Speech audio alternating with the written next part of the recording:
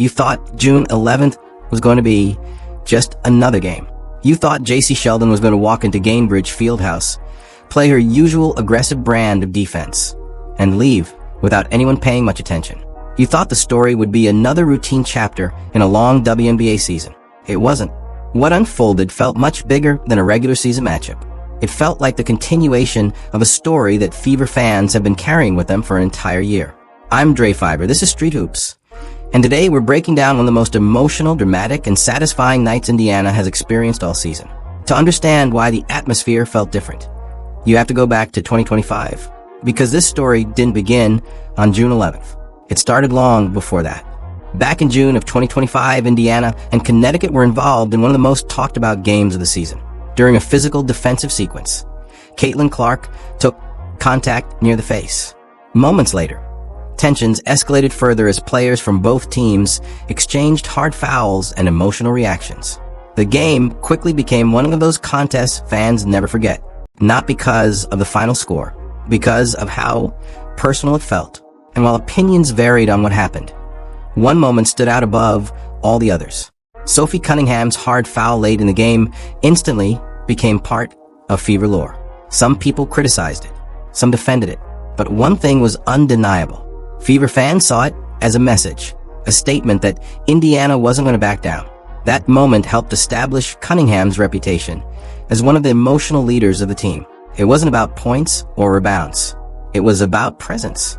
It was about identity. Fast forward to the 2026 season. The league had changed. Teams had changed. Players had changed teams. J.C. Sheldon eventually landed with Chicago, meaning another meeting with Indiana was inevitable. And when that matchup finally arrived, fans remembered everything.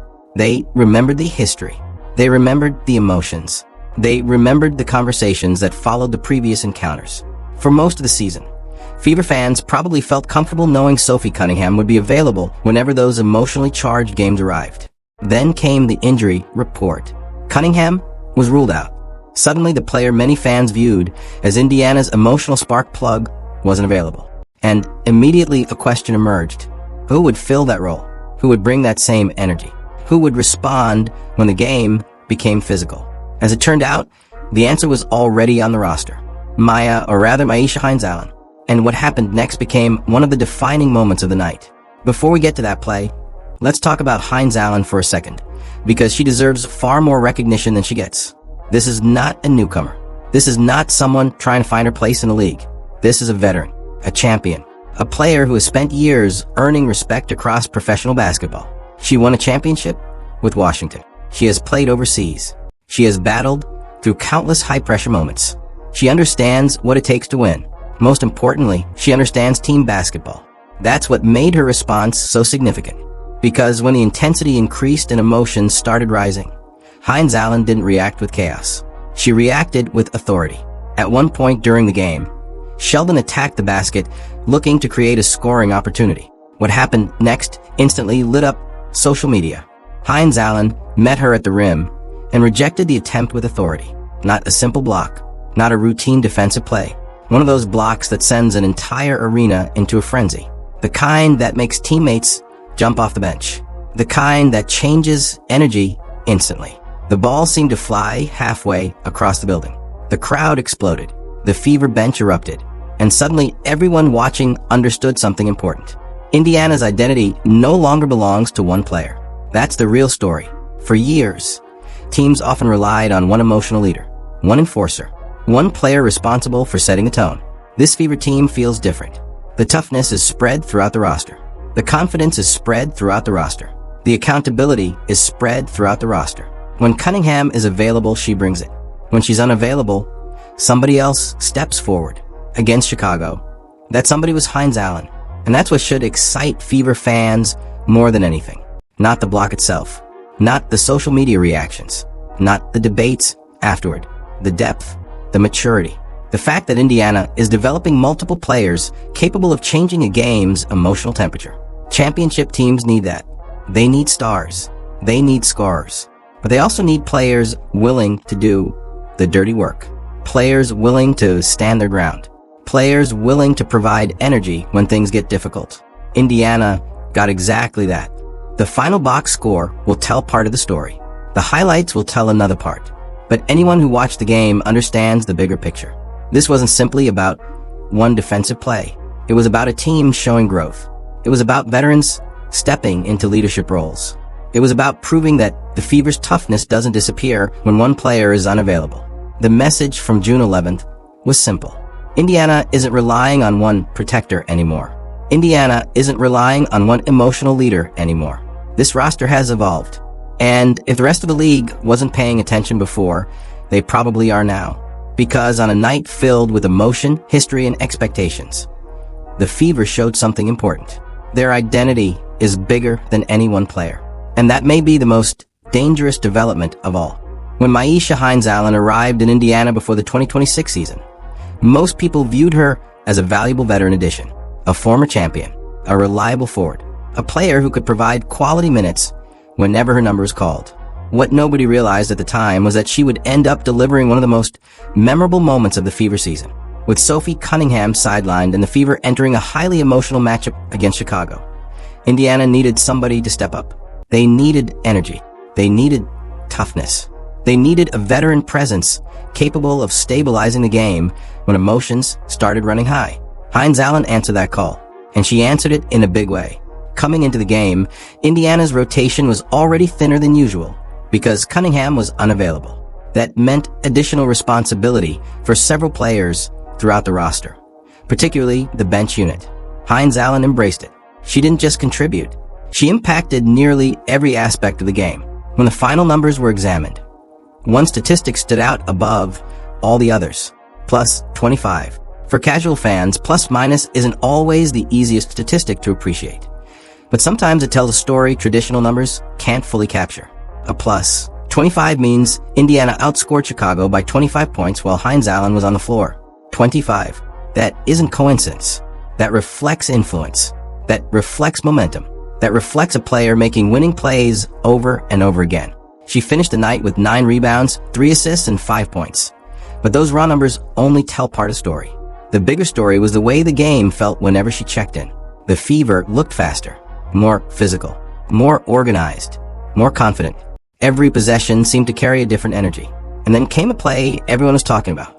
Late in the fourth quarter, Chicago attacked the basket looking for a critical score. J.C. Sheldon turned the corner and drove hard toward the rim. It looked like a routine opportunity, the kind of aggressive drive that had helped Chicago stay competitive throughout the game. But waiting at the basket was Myisha Hines-Allen. She timed it perfectly. No reaching, no grabbing, no unnecessary contact. Just a clean, powerful defensive play. She met Sheldon at the rim and rejected the shot with authority. The ball flew away. The crowd exploded. The bench erupted. And for a split second, Gainbridge Fieldhouse felt like it might lift off its foundation.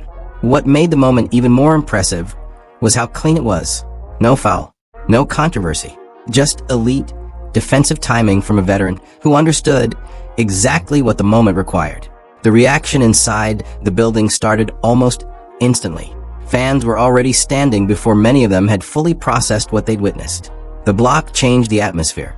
It energized the Fever. It energized the crowd. And it sent a message that Indiana was not backing down from anyone. One of the funniest moments afterward came from Caitlin Clark. Television cameras quickly found her reaction after the play. She wasn't screaming.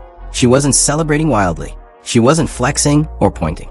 Instead, she had a look that almost appeared calm, maybe even slightly sympathetic.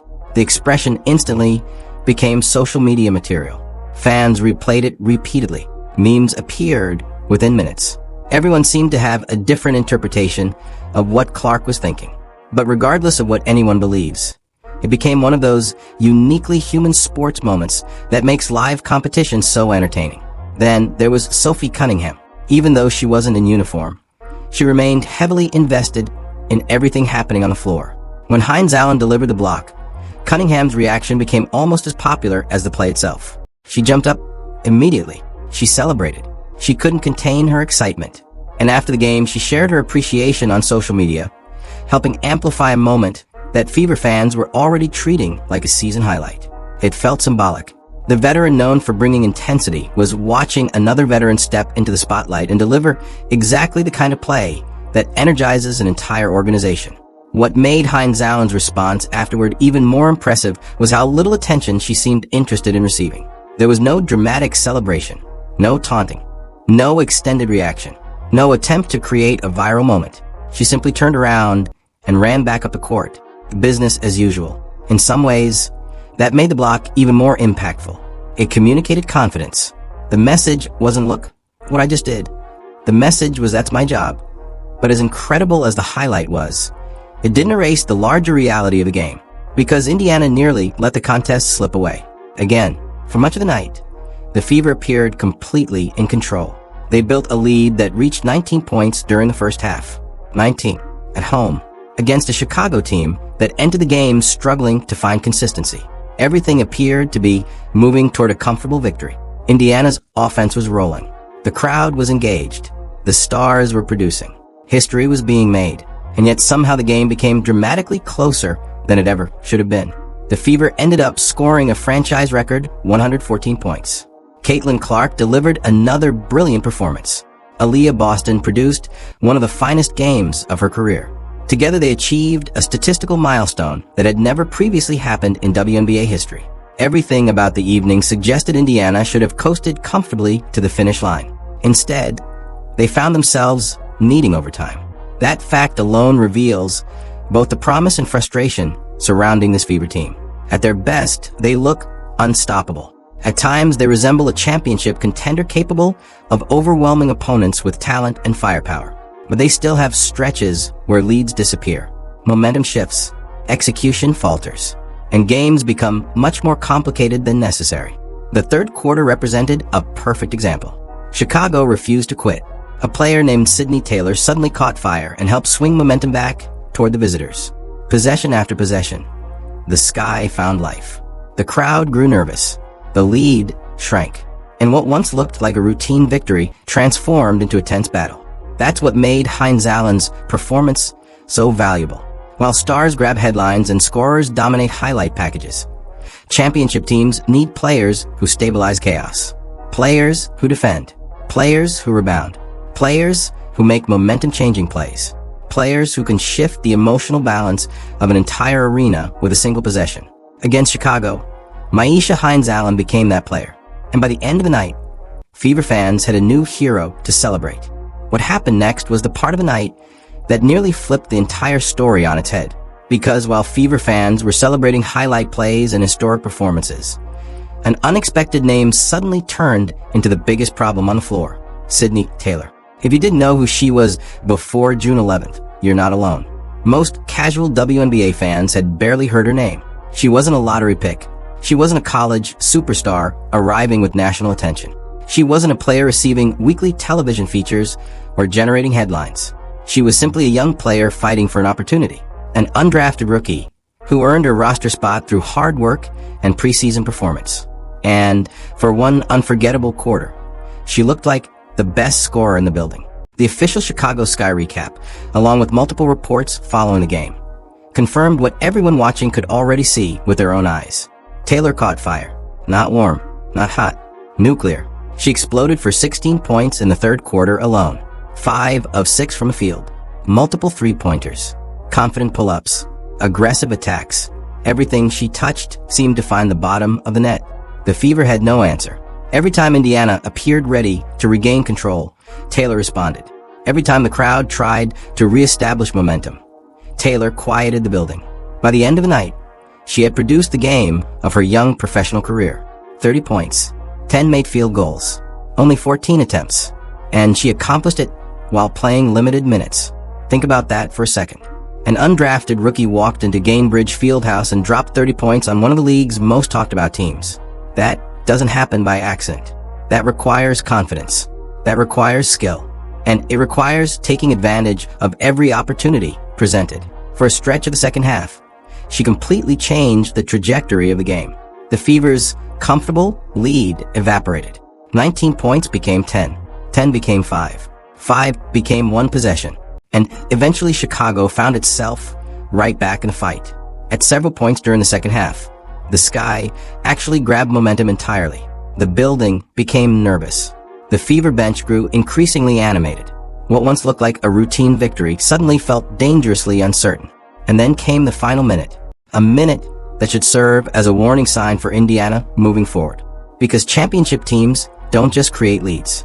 They protect them. Indiana didn't. With under 30 seconds remaining, the Fever appeared to have everything under control. They were up 5 points. The game seemed finished. Fans were preparing to celebrate. The sky looked defeated. Then everything unraveled. A turnover, a missed opportunity, a defensive breakdown. Suddenly Chicago had life. Skylar Diggins stepped into a deep three-pointer and knocked it down. The arena went silent. Just moments earlier, Indiana appeared ready to head home with a comfortable win. Now, they were heading to overtime. That's the reality. From +5 to overtime in mere seconds. At home, against a struggling team. Those are the moments coaches remember. Those are the possessions championship contenders must clean up. Now let's talk about Kelsey Mitchell for a moment. Because this conversation matters. Mitchell contributed offensively all night long. 19 points is 19 points. Production matters. Scoring matters. She's been a proven bucket getter throughout her entire professional career. Nobody is questioning that. But basketball games are often remembered by their biggest moments. And unfortunately for Mitchell, 2 critical possessions occurred late. A missed layup opportunity. A turnover during an inbound sequence. Those moments helped keep Chicago alive. Does that erase everything she contributed earlier? Of course not. But in high-level basketball, margins matter. Execution matters. Late game decisions matter. And Indiana knows it has to be sharper moving forward. Fortunately for the Fever, overtime belonged to 2 players who are rapidly becoming one of the most dangerous duos the league has ever seen. Caitlin Clark, Aaliyah Boston. The numbers they produced together almost sound fictional. Clark finished with 32 points, 10 assists, and 7 rebounds. Boston delivered 34 points, 12 rebounds, and 4 blocks. Read those numbers again. 32 and 10, 34 and 12. On the same night, for the same team, in the same game.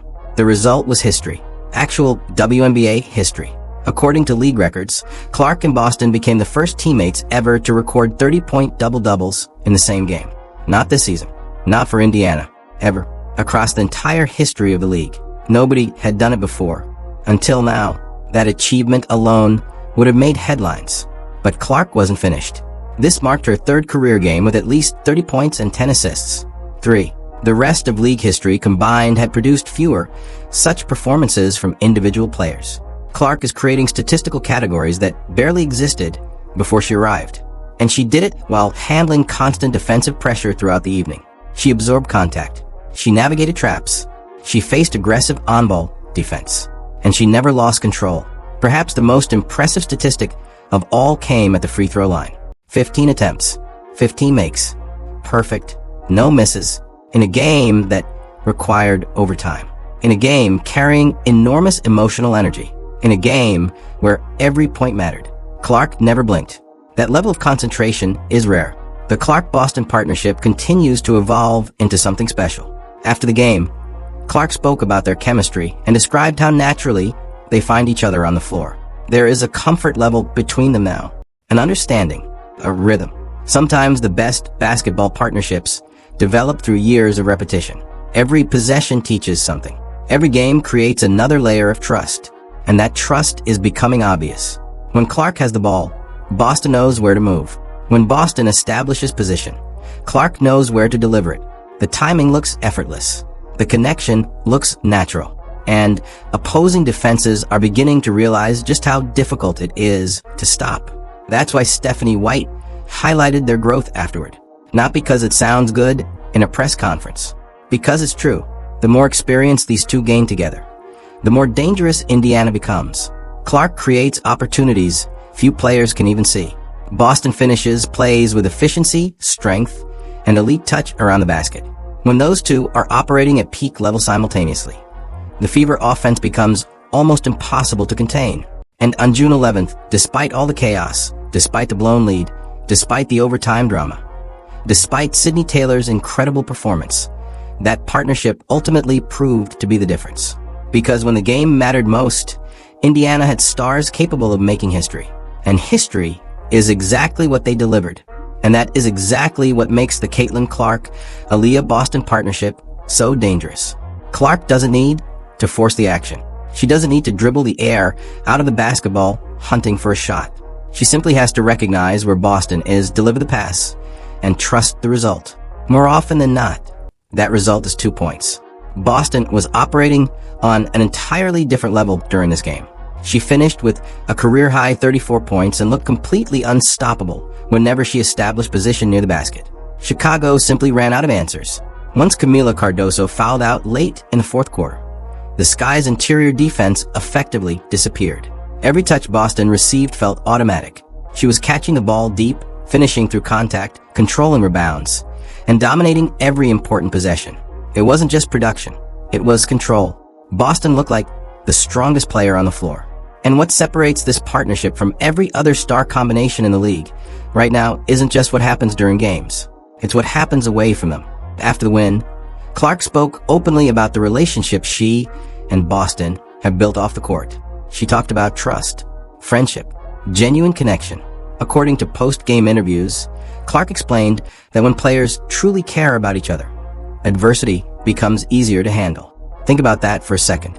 She wasn't talking about offensive schemes. She wasn't talking about pick and roll spacing. She wasn't talking about coaching adjustments. She was talking about friendship, real friendship, the kind that develops through practices, road trips, workouts, conversations, and shared experiences. Clark essentially admitted that their chemistry under pressure comes from the fact that they genuinely enjoy playing together. That matters, because basketball is emotional, championship basketball especially. When things go wrong, teams either pull together or pull apart. The Clark-Boston connection keeps Indiana moving in the right direction. Boston echoed those sentiments afterward. She praised Clark's vision and talked about how often passes arrive before she even realizes she's open. That's the gift Clark brings. Most point guards see openings. Clark sees opportunities before they exist. She throws passes that look impossible until they arrive exactly where they need to be. And Boston has learned to trust that if she gets herself into the right position, the basketball will find her. That trust is becoming a weapon, a terrifying weapon. For opposing defenses, it's becoming a nightmare. Double Clark and Boston gets easy looks. Collapse on Boston and Clark picks you apart from the perimeter. Try to stop both and somebody else gets open. That's what elite partnerships do. They create impossible choices. Now let's give some love to Lexi Hull, because her contributions should not get lost in the fireworks. While Clark and Boston were filling up the stat sheet, Hull was doing all the dirty work that winning basketball requires. She finished with 11 points and 8 rebounds. But those numbers only tell part of the story. Her hustle was enormous. Her defensive energy was enormous. And perhaps most impressively, she grabbed a career-high 7 offensive rebounds. 7. Those extra possessions matter. Every offensive rebound steals momentum from the opponent and creates another scoring opportunity. Hull's effort helped stabilize Indiana during Chicago's third-quarter surge. When Sidney Taylor was lighting the building on fire and the Sky were storming back into the game, Hull was one of the few fever players consistently making winning plays. The box score doesn't always reward players like that. Championship teams do. Now, let's talk about one of the most interesting moments of the entire night. The Caitlin Clark and Stephanie White technical foul sequence. Because it tells you something important about the culture developing inside this team. During the third quarter, both Clark and White picked up technical fouls within moments of each other. Normally, that's not ideal. In fact, under most circumstances, it's a sign things are going badly. Your star player is frustrated. Your head coach is frustrated. The opponent has momentum. The lead is shrinking. Everything feels unstable. But Clark's reaction after the game was revealing. She said she loved seeing White get fired up. Loved it. According to post-game comments, Clark explained that when a coach shows that kind of emotion, it should energize the entire team. Her mentality was simple. If the coach is willing to go to battle, the players should be ready to go to battle too. And then came the quote that made everybody laugh. Apparently White told Clark afterward that the referee was soft. Honestly, that's hilarious. Because for one brief moment, all the strategy, all the systems, all the coaching responsibilities disappeared. It was just two competitors reacting to the intensity of the game. Those moments matter. They create relationships. They build trust. And they remind players that their coach isn't sitting above the fight. She's inside it with them. But after all the records, all the celebrations, all the historic accomplishments, there is still one uncomfortable reality hanging over this game. Indiana nearly blew it. Again, that cannot be ignored. The Fever led by 19 points. 19. And somehow found themselves needing overtime. Again, this wasn't the first time a large lead disappeared. It wasn't even the second. The pattern is becoming impossible to ignore. Build a comfortable advantage. Lose focus. Allow opponents back into the game. Scramble late. Find a way to survive. That formula is dangerous because while it might work in June, it doesn't work in October. Playoff basketball punishes mistakes.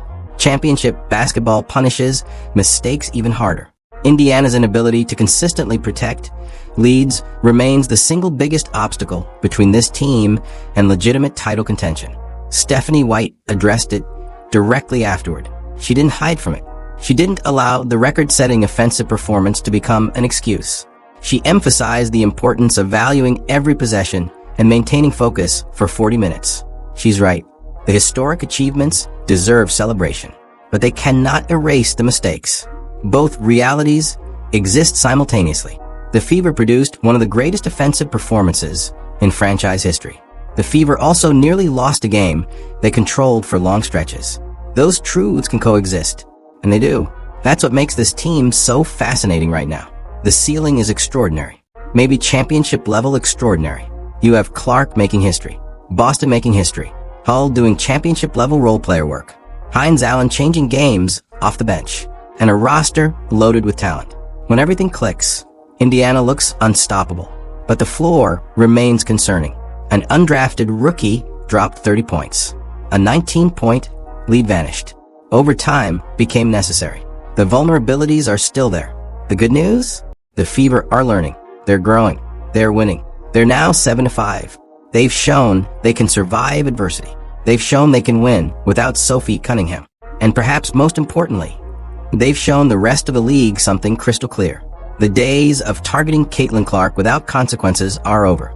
Maybe Sophie Cunningham wasn't in uniform. Maybe she was sitting on the bench laughing in street clothes. But Indiana has answers now. Real answers. Maya Hines-Allen proved that. J.C. Sheldon found that out firsthand. And the rest of the league probably noticed too. That's what June 11th ultimately revealed. Not just a historic performance. Not just a dramatic victory. Not just a record-setting night. It revealed a team that is still flawed, still evolving, still frustrating at times, but undeniably dangerous. And if Indiana ever figures out how to protect those double-digit leads, the rest of the WNBA is going to have a serious problem on its hands.